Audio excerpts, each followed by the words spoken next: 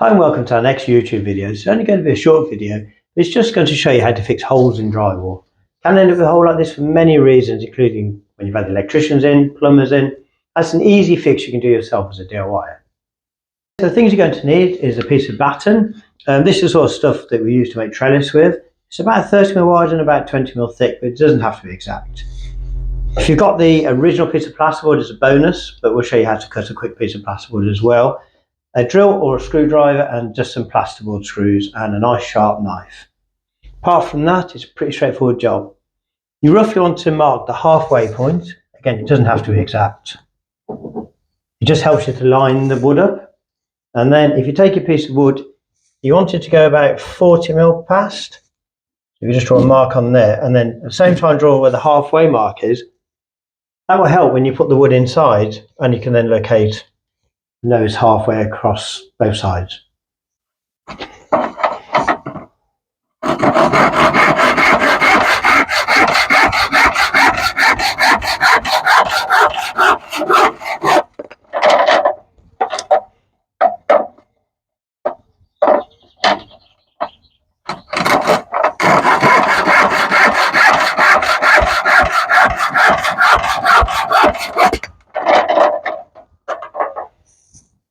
Okay, so we've got two battens, both ready. I marked the one up from the other one was we were carrying them outside.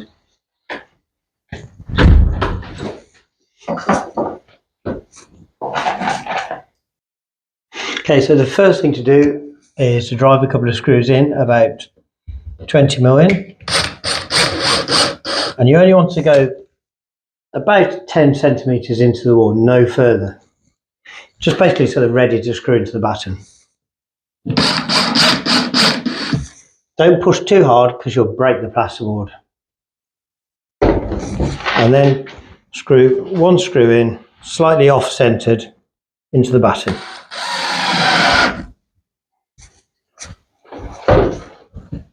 And then you can push the batten into the wall.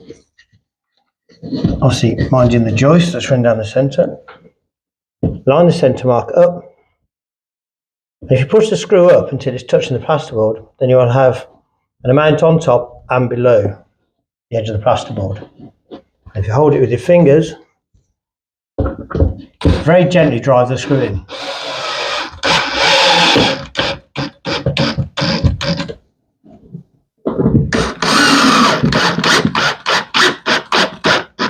Plasterboard screw should only be sunk that deep. You shouldn't be able to feel the screw sticking out, but it shouldn't be broken into the plasterboard paper. And then the same again.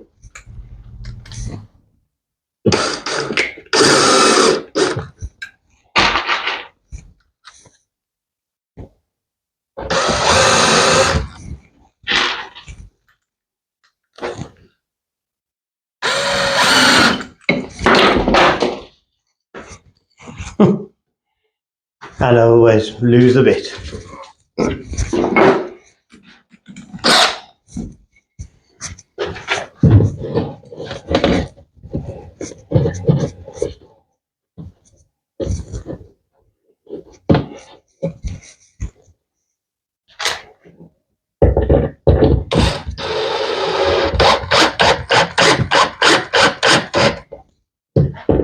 Hardly any pressure when you're screwing that in, so you don't push the wood back too much.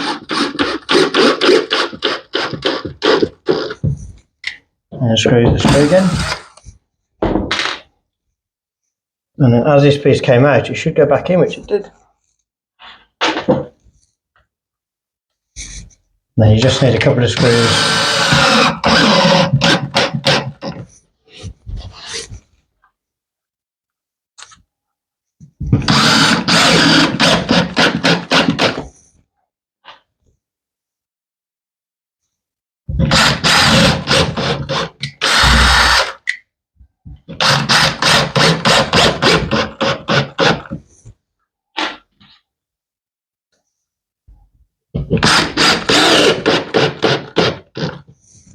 And you can also put a screw top and bottom.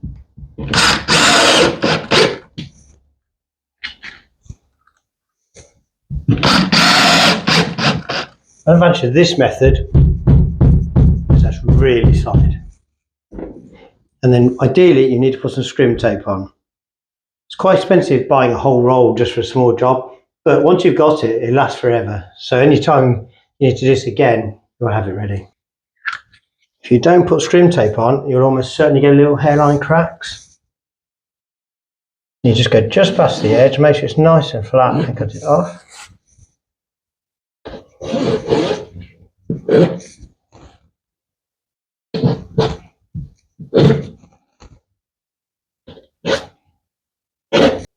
Okay, so we've put the scrim tape round. You could put it straight across if you're plastering, but we didn't do that because we're probably going to fill this one. So you just want to keep it as smooth as possible. It's nice and solid. As we've just said, you can either fill it with a nice plasterboard filler, it's easy to sand. If the filler's too hard, you'll actually put ridges into the plasterboard and wear the paper away. Or you could plaster it. We've done a video recently which you could watch, and that will show you how to do it. If you've got several holes that you needed to do this with, you might be just as quick patching it with some plaster. It will dry quicker than filler. Obviously, with a filler, you can sand it easily to get a smooth finish. Okay, if you do need to cut a piece of plasterboard, it's really easy. If you just measure it, you actually just use the knife to put a little indentation in. Give a couple of millimeters either side as a clearance, because either the plaster or the filler will actually go into that little gap and help bond it all together. And then where you've done your mark, you just scribe down with a nice sharp knife. Okay, so the one side of the paper, turn the plasterboard over, tap it with the back of your hand, and then just cut through, minding your fingers. It's the easiest way to cut your fingers, and it cuts that easy. And then you'll just do the same again, cutting down. Right, so we've just mixed some filler up. I'm just going to put that across the patch now, and you might need to give this 2 coats before you sand it.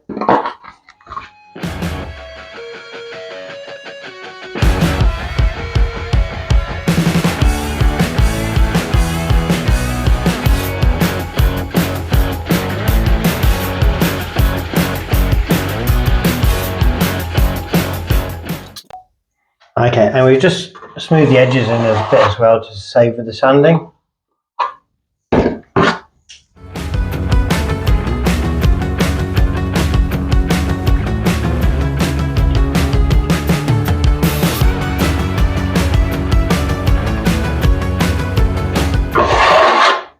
Quick sanding, you never know it's been done.